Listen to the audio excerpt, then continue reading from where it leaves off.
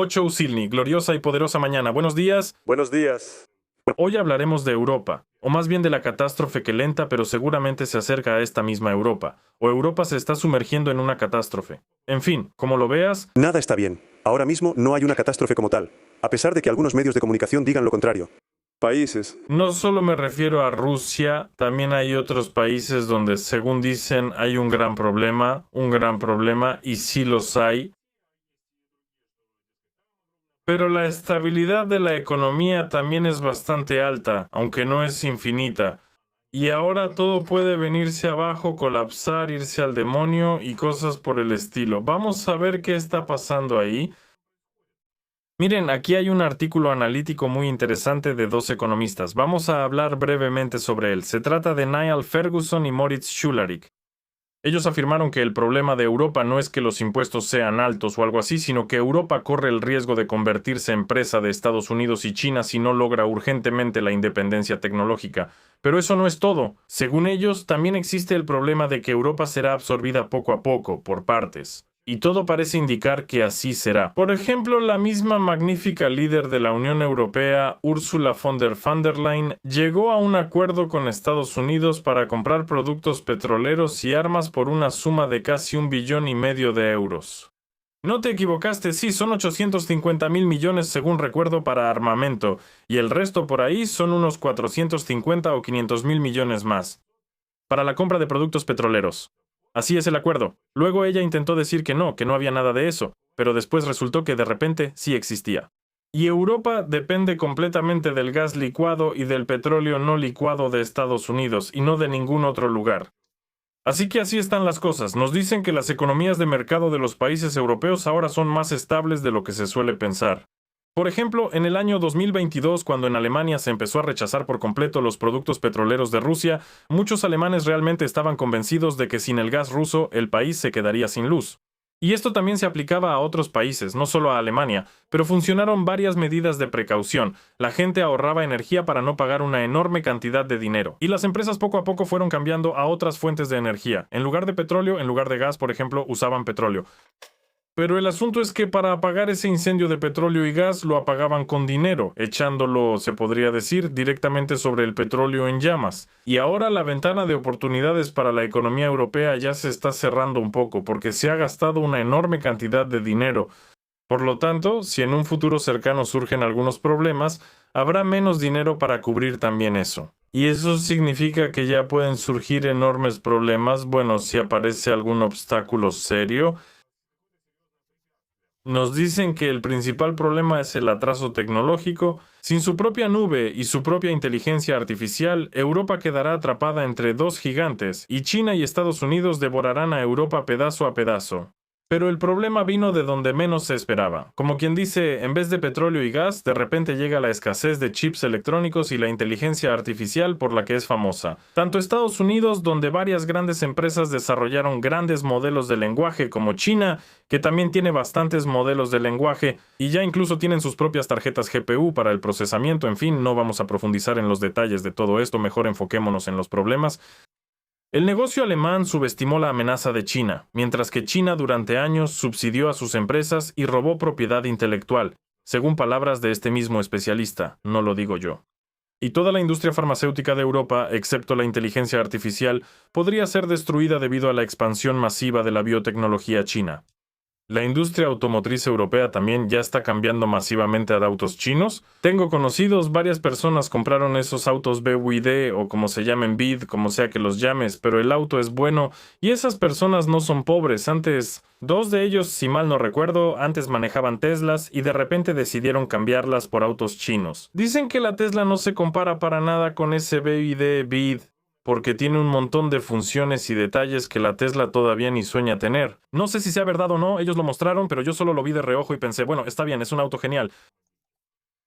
Ambos expertos de repente ven la salvación en el gasto en defensa. Uno de los expertos está convencido de que las tecnologías del futuro son la inteligencia artificial, la robótica, el espacio y lo militar. Los presupuestos le dan a Europa la oportunidad de alcanzar a sus competidores, y el otro dice que Alemania necesita un programa de rearme. De lo contrario, los votantes no verán ningún beneficio económico. Pero esto es bastante extraño, porque cuando una economía se orienta hacia lo militar, generalmente sufre mucho, porque esos mismos tanques, aviones y todo lo demás no son productos de consumo. Ustedes invierten dinero en un tanque, luego el tanque permanece constantemente en servicio en las Fuerzas Armadas, perdón por la redundancia, y además se necesita dinero para su mantenimiento, no se lo vas a vender a nadie, a menos que solo te dediques a vender armas. Si es así, pues más o menos está bien. Pero aquí nos dicen que los fondos se extraerán de las economías de diferentes países y se involucrarán en el ámbito militar. Y ahí se necesita mucho dinero, muchísimo, porque hay que cumplir con la legislación, con todo tipo de normas y también con las ventajas de las armas. Además, no debes ser débil, por eso es una medida temporal. Sí, permite levantar un poco la economía, pero después de un tiempo, especialmente si hay guerra, esa economía empieza a destruirse. No sé qué tipo de especialistas son, tal vez entre ustedes, estimados espectadores, haya economistas que puedan dar su opinión clara y precisa sobre por qué es así y no de otra manera. Sin embargo, parece que Alemania y otros países de Europa empezaron a rearmarse, y de hecho todos comenzaron a hacerlo. Y ahora, si seguimos la lógica de estos economistas, queda claro por qué. Por ejemplo, el gobierno alemán aprobó medidas para fortalecer la Bundeswehr. En una reunión con la presencia del secretario general, el magnífico Rutte, se aprobaron proyectos de ley sobre el entrenamiento obligatorio de reservistas. Y una aceleración significativa en la construcción de infraestructura militar, más bien edificaciones, aceleración de la construcción de infraestructura militar. ¿Qué significa eso? Dinero, eso significa que vamos a gastar más dinero y a involucrar más recursos. El gobierno de Alemania aprobó estas iniciativas legislativas. El tema de los reservistas no nos interesa mucho a nosotros, pero los requisitos de la OTAN, eso sí. Para 1935, en caso de crisis o guerra, la Bundeswehr debe contar con 460.000 militares a su disposición. Eso solo en Alemania. Imagínate, es una cantidad enorme considerando los salarios. Y bueno, aunque sean 2.000 euros, aunque creo que es mucho más porque es Alemania, pero supongamos que son 2.000 euros al mes. O sea, es una cantidad enorme de recursos que se necesitarán para pagarle a todos estos excelentes muchachos. Y si tomamos un salario de 4.000 euros, bueno, eso es el doble. En resumen, la economía del país puede que no lo soporte. Todo esto, claro, es maravilloso, que hay que expandirlo y aumentarlo, pero ¿quién va a pagar por eso?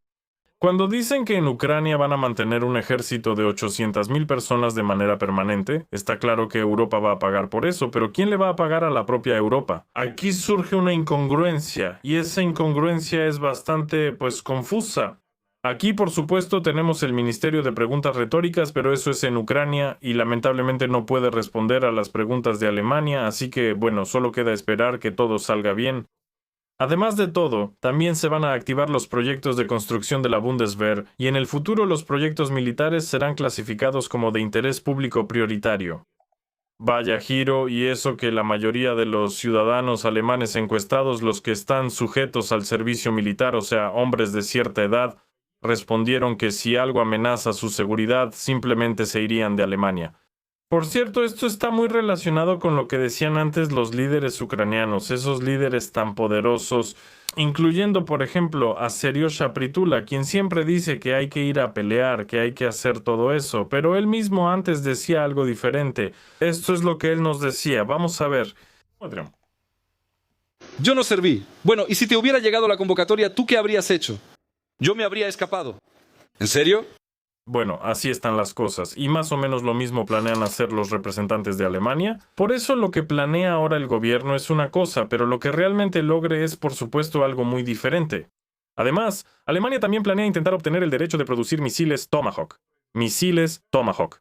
Por cierto, lo mismo está intentando hacer Ucrania, aunque hasta ahora sin éxito. Pero quién sabe, tal vez algo salga bien, quién sabe quién los representa allá. Aquí, ahora mismo, la RFA está negociando con Estados Unidos para producir en su territorio misiles de crucero estadounidenses, así como misiles para los sistemas Patriot.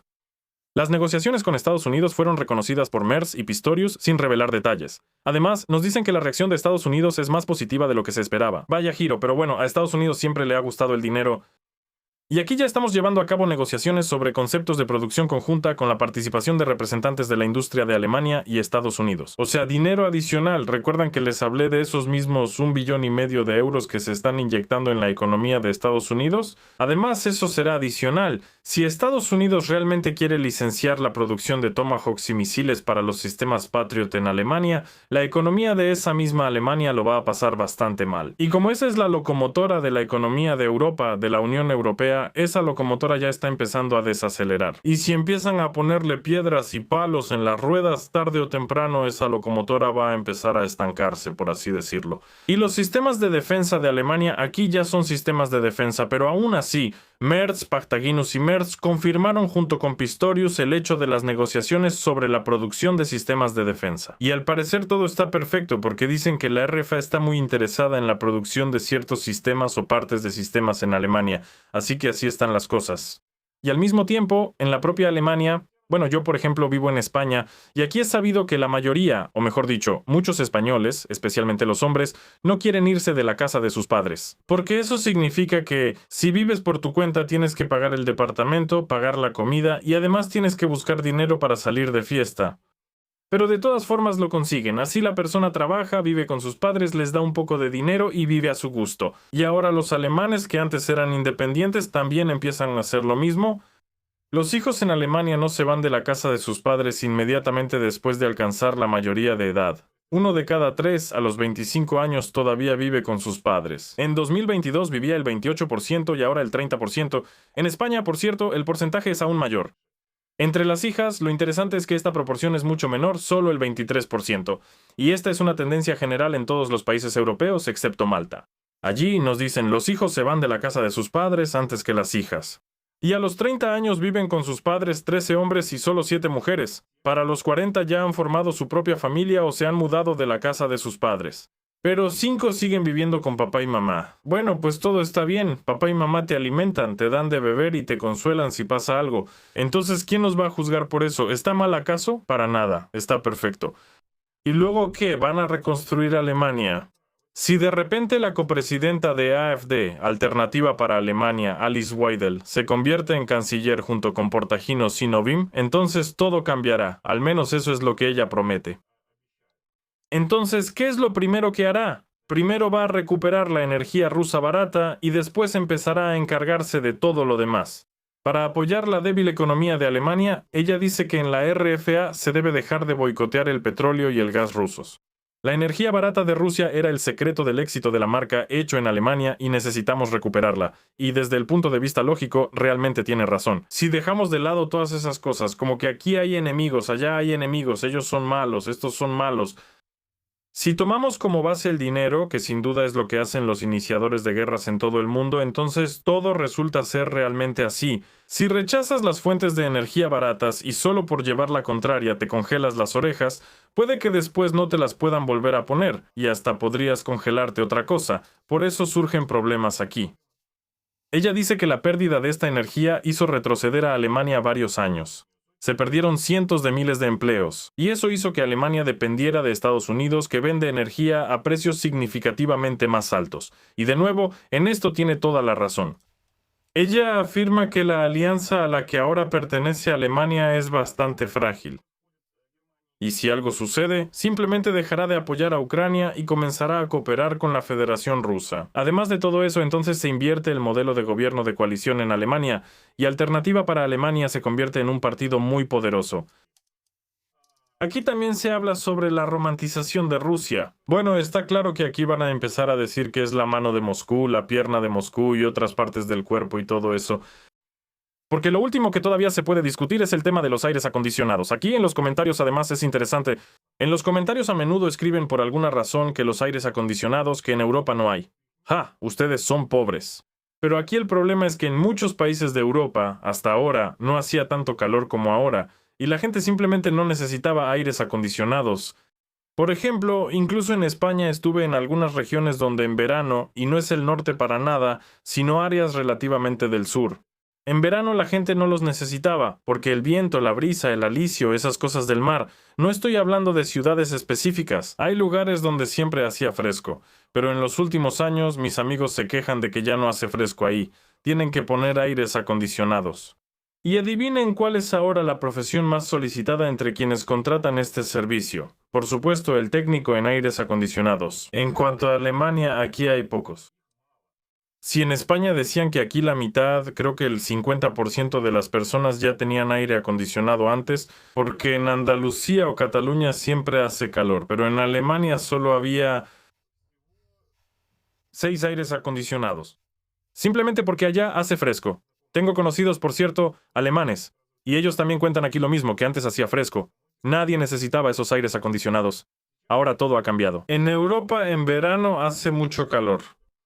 Los periodos de calor extremo se han vuelto más frecuentes y mucho más intensos. La temperatura del aire es más alta, se mantiene así durante varios días o incluso semanas.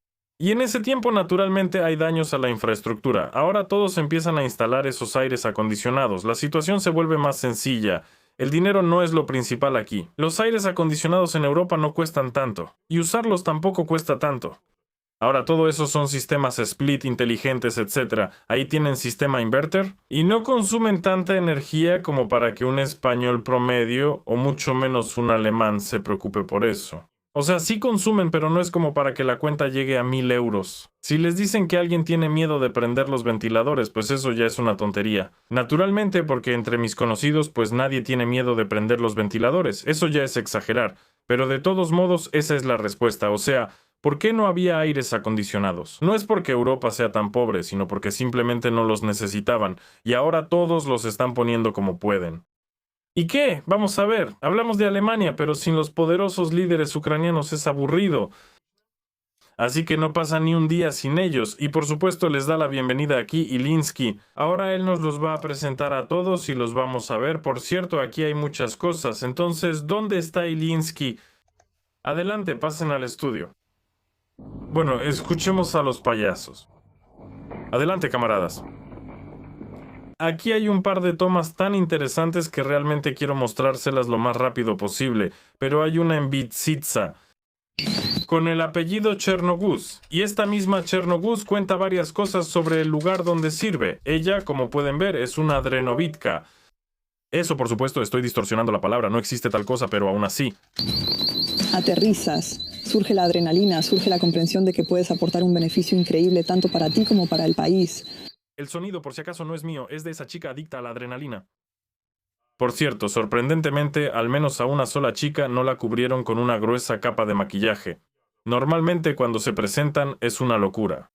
Les voy a mostrar otra más, si la encuentro en el video. Ahí se nota de inmediato que esto no es nada, aunque sí tiene carillas, pero no tiene maquillaje. Bueno, tal vez sea a propósito para el video, no sé. Por cierto, ¿a quién le importa volar? Aquí es donde hay que desarrollarse. Empiezo a volar con el ala, vuelo con el ala, tú suelta, bueno, no pasa nada, está bien. Vuelo con mis propios conocimientos, corrige, así es como mejoras. Volando con el ala, bueno, es como sentarse y volar.